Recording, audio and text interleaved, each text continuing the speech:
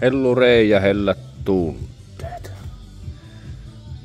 Tää on semmonen haapavesi ja töttörönperä. Tuntematon paikka. Täällä on semmoista rakennettu tämmöstä luhvelttia ja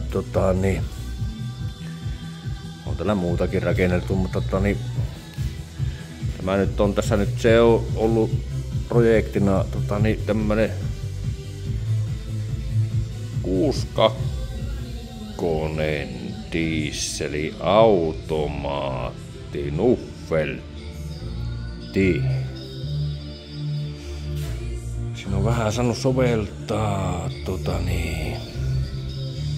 kaiken näköistä. Tää on siitä erikoinen nuhveltti. Täällä on tämä Kylmäkosken kertojakin, että tällä pääsee maasta taivaaseen sitten kun lähtee ajelleen. Mutta kummiskin. Ronkat on vaihdettu uudet, jarrut on käyty läpi. Vähän laittu tankkia ja muuta sen takia piti laittaa, että piti käyttää ulkona, mutta ajamalla ulos kumminkin ja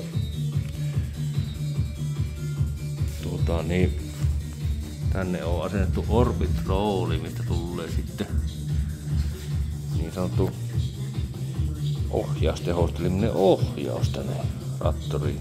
Saa nuo vanhat välykselliset paskat pois sitten ja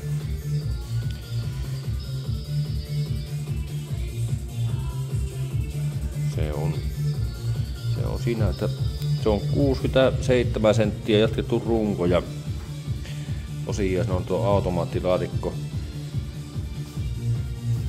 Tässä nyt vähän testiä on kokenut, niin ostan tähän tuonne akselin jarru.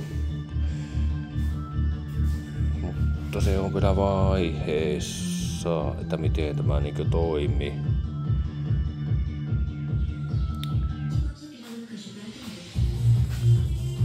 Tosiaan yhdestä puimurista on purettu Orbitroli-ohjaus, mihin on jatkettu. Sinne se hyvin mahtuu. Tai hyvin. Siitä sitten meitä letkut tai putket menee tuosta alas. Ja ynnä muuta, kun saa sylinterit tänne. Mutta pelikunnossa oleva vehe. Aina sanoo, että pannaan joku tietty moottori ja jutut, mutta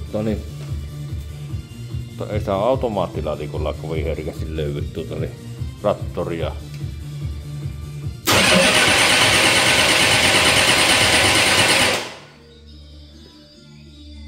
Arvo, tarviiko hehkua?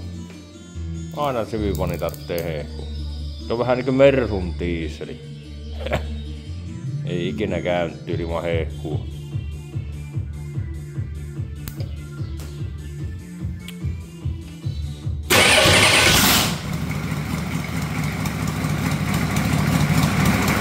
Kyllä se siitä.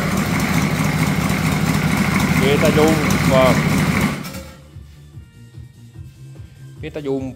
jumppaa. Mahdollisimman paljon alakuperäisenä pitäisi pitää. Tulee syylärit alakuperäiset ja jos vaan löytyy jostakin nelosnuhvetin konepelti, niin sais sitten tehtyä niin sanotun pussihousun-mallisen konepelli, ettei tarvitsisi aivan raiskata suoralla peltillä Mutta ei mitään alakuperäistä tälle osalle tuu. Jos kaikki menee justi ja toimi, niin tähän pannaan parit turbot. Ehkä äänen vuoksi. Mutta projekti on vielä vaiheessa, mutta on sillä ajettu kumminkin jo.